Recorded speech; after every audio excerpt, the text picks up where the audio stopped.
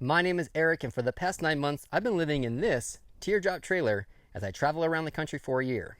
But today, I don't want to talk to you about my teardrop. Instead, I want to talk to you about something that's more important to me than the teardrop I live in, and that is the vehicle that has been towing me and my teardrop all over the country. This is my 2020 Subaru Forester Sport, and it's been taking me and my teardrop all over the country for a year. So let's check it out.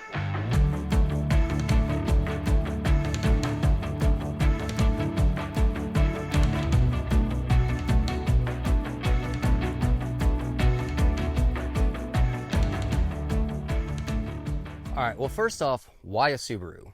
Why not a bigger SUV? Why not a truck? Why not something like a Jeep? Why did I pick this vehicle over any other vehicle out there? Well, in short, I bought this vehicle way before I got on the road, about a year and a half before I got on the road, actually. And I bought this as my daily commuter to and from work. And I was coming from a 2005 Jeep Grand Cherokee Laredo. And I absolutely loved that vehicle. It was spacious, it had good ground clearance, but it was an older vehicle. It's a 2005, it had 150,000 miles on it. I was thinking about traveling full time for a year, but it wasn't a for certain thing. And I thought to myself, if I do this, I don't think I want to put myself in a position with an older vehicle that may have mechanical issues down the line. When I got rid of the Jeep, it was running smooth. It was running great. There was no problems with it whatsoever. But I could see how it might actually start to have problems in the future. Before I chose the Subaru, I looked at other vehicles. I looked at more Jeeps because before I had the Jeep Grand Cherokee, I had a Jeep Wrangler. And those are the only two vehicles I had for 22 years. So 2 Jeeps in 22 years I thought was a pretty good run. And I was all about just owning another Jeep. They were really good to me. But when someone mentioned to me, why don't you look at a Subaru? They said, well, you keep your car for a long time, and you want something super reliable. Why don't you look at a Subaru? And I've never looked at a Subaru before. In fact, the first thing I said was, those old looking things, I don't want to look at one of those. And the reason I said those old looking things is because you see so many old Subarus on the road because they have great longevity. Their whole tagline is something like 98% of Subaru owners still have their vehicle on the road after 10 years. And I can see why. It's a super reliable vehicle. I know I've only had mine for 2.5 years, but I can see how it's going to take me into many, many more years. And then when I started comparing the price that I paid for this Subaru compared to the price I would have paid for another Jeep, I was getting way more technology and much better gas mileage out of this vehicle, out of the Subaru, than it was any other vehicle I was looking at. And I'll just go ahead and share it. I spent $35,000 on this vehicle. It's a 2020. I bought it December 31st of 2019, so right there on the line. I bought it with 17 miles. I was very fortunate to own a brand new vehicle. This is going to be great for me if I do choose to live on the road full time. Now I know I have a vehicle that will last me very long. First off, it's still under its factory warranty, and I bought an extended warranty. So that $35,000 price tag that I paid is title tags, everything, all right, when it was all said and done, and then an extra, I think I paid $2,500 for the warranty or something like that. So that was everything, all right. Again, when I looked at that price compared to other vehicles, that was the baseline was $35,000. If I wanted to get the upgrades that this vehicle already had standard, I had to pay about, I don't know, $3,000 more, and then there was the title and the tags and the taxes, and then there was the extended warranty. There was all these, I think a car's coming, so I might have to stop. There was all these extra fees on top of that, so the price was just going to go up higher on any other vehicle I was looking at. So this was a much better choice for me. All right, so what do I like about the Subaru, and what are some of its disadvantages? Well, first off, I mentioned the gas mileage on that. Before I went full time on the road and pulling a trailer, I was getting 29 miles to the gallon in the city standard. And so that's pretty remarkable for me, especially coming from a Jeep Cherokee that was getting, I think, 16 miles to the gallon. So I'm getting much better gas mileage on it. Now, with the trailer, I'm averaging about 20 miles to the gallon. So I'm still getting pretty good. Obviously not as good as I was without the trailer, but I'm pulling a trailer. The other thing, as I mentioned, the technology, which I'll show you when I get in the vehicle, when we start looking at the vehicle inside, it is just loaded with all sorts of technology I've never had, and some of it pretty simple stuff nowadays, but I never had it before, like Bluetooth. I know that's super standard nowadays, but I never had it before. And things like CarPlay, and the camera system on this thing is remarkable. It's really nice. It's small. It's not super big. I love that in the sense that it's not a big gas guzzler, but also it makes it easy to get around tighter spaces, especially in small parking lots, maybe in a city.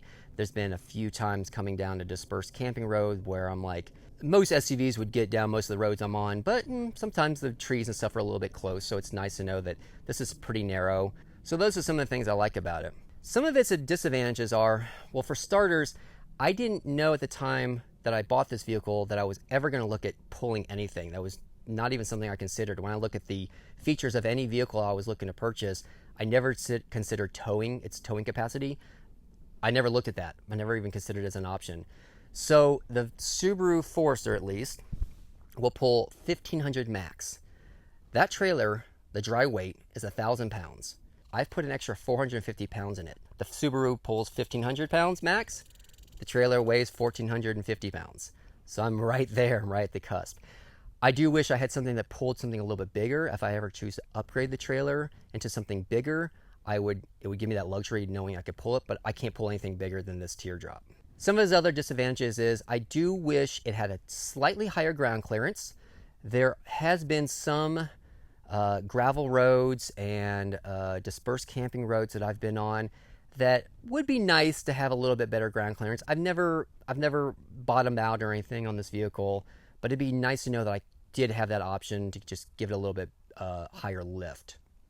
Also, I talked about how the advantage is that it's a little smaller, and I do like that. It was a little more compact, much better on the gas mileage, but again, just trying to driving around and stuff. In hindsight, living in your car, I actually wish I had a little more space. I wish I had just a couple more inches or a foot maybe on the width and the length, because it would give me more space inside the vehicle. When you're living in your vehicle full time, just like any apartment or house you're going to have, you do want space. You want to have room to kind of stretch your legs in.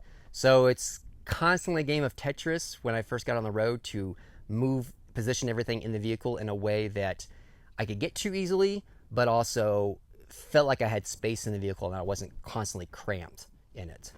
All right, well, enough talking about the vehicle. Let's go ahead and take this tour of the vehicle. So I'll start with the outside, and this is a Subaru Forester Sport Edition. That's the trim line, Sport. And the Sport Edition had a couple things on it.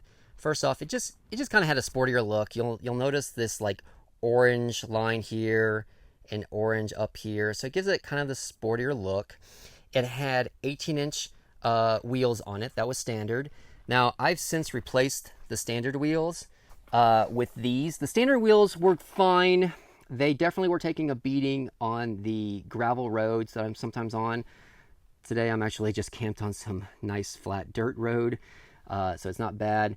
But the gravel roads were actually taking a pretty hard beating on those tires, and I actually had my driver's side tire on the front was actually leaking. So I had I got a small tear in it, and the guy said that I can't patch it up, you have to get a new tire. So I thought, well, if I'm going to get one new tire, they all were kind of getting beaten up.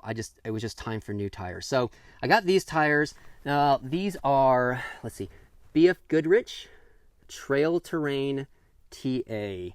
I don't know anything about tires. I'm sure someone in the comments is going to say, oh, not a good tire. Shouldn't have gotten those. Should have got this. You know, the thing is, I don't know anything about tires. I'm really not a car guy at all. But I did some research on these tires, and they offered everything I needed. They're actually more of a road tire, but they do have this thicker tread on them. They said they're built to handle light off-road and gravel use, and that's kind of perfect for me. I mean, you can see that I'm not on a paved road. This is not bad roaded anyway. You can see a dirt road leading into this spot, but even getting here was a little rocky. And then before I found this spot that I actually decided to camp at, I was actually driving down some gravel roads that were washboardy. So these tires just fit the bill for me in all ways. They were rated higher than some of the other tires out there on the market. So I like them. They look great on the vehicle, I think. I'm actually really dying in the future to put a lift on this. That would be I think it would look great, and it would really help me, like I said, on some of the roads I find myself on. So I think these tires are great, and that's what I have. This is one of the real reasons I love this vehicle. I absolutely love this layout of this car. Everything to me felt like it was just built for the driver experience. Even the navigation touchscreen area is at a slight slant. Um, One of the things I just can't understand with a lot of vehicles is their touchscreen just seems to be kind of like planted right there on top of, like, they say, the dash. It's almost like the car company made the inside of the dash and everything, and they present it to the board of directors or the CEO of the company. They go, huh, what do you think? Here's our brand new vehicle. And they said, wait, where's a touchscreen? And they go, oh shit. And they just planted like a iPad right on top and glued it right on top. It just kind of sticks out of nowhere, and it just doesn't look like it's naturally built part of the car. It looks like an afterthought all the way. Subaru just really nailed it, I think, with this design. It's even a slight slant, as I mentioned, and this way it's actually more intuitive to like use when you're driving, and it just feels like it's actually there, so it's easy to get to. I did one of the package deals on this car was to get, this is an 8-inch screen, so it came up from like I think a 7-inch screen, and then you can't see them right now, but on the side mirrors I have the blind spot monitoring, and this car has a Harman Kardon sound system, so upgraded sound system, and I think it had a few other things in that package, but I really just love this bigger screen. And this is CarPlay, and I gotta tell you, if you haven't had a car yet with CarPlay, it really does add to the driving experience so much better. Because I spend about 90% of my time in the car, the CarPlay experience really just helped me out while I'm driving. Text messages are easier to respond, navigation's easier. You can see I actually have 3 mapping apps. I have the built-in one, Google Maps, and then I have Here We Go, because Here We Go, you can actually download like a whole entire state for offline maps. So whenever I don't have cell reception for these two to get somewhere, I can rely on Here We Go. But it's not my favorite mapping app. I just use it in case I'm in a place with no cell phone reception. You can see right here where it even shows me my cell service. Now, I have 2 cell phone companies because I'm out here by myself, and I'm often in a dispersed public land area where there's not a lot of cell phone coverage. So one of those is T-Mobile, and one of those is Verizon, and one of those has 3 bars at the moment, and one of those has 1 bars at the moment. I won't do a full breakdown of CarPlay or anything. I'm just saying it adds to the experience. One of the other cool things I love about this vehicle is up here, this second information screen, you can actually cycle through different things. Like I can actually see my gas mileage.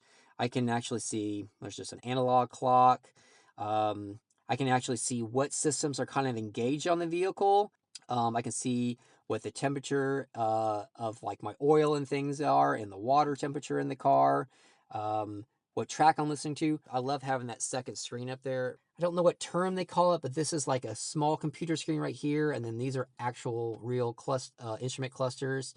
But this little guy will actually show me if I'm doing adaptive cruise control. It'll tell me if it's spotted a car in front of me, and it'll tell me the car lengths that I am in front of it. This car has lane assist, so it's not autonomous, but while I'm driving, if I start to veer a little bit to the right or to the left and get out of a lane, this car will actually pull you back into a lane, and it'll actually show you that on the screen.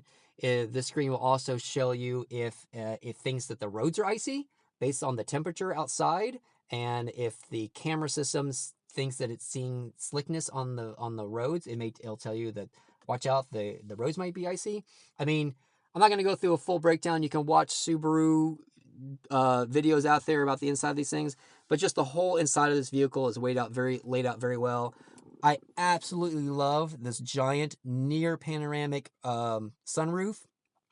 That's my roof box up there. So the roof box covers up a little bit of the sunroof, but I absolutely love it. Yeah, I just absolutely really love this vehicle. It really fits me so well. All right, well, that's a little tour of my 2020 Subaru Forester Sport. I usually focus everything on my channel about the teardrop, but I thought this would be a good adventure to show people how I do things in the car, because obviously a car is an integral piece of the whole thing. It's got to pull the trailer wherever it's going to go. So hopefully this was pretty helpful for some people out there. Thank you for escaping normal life with me.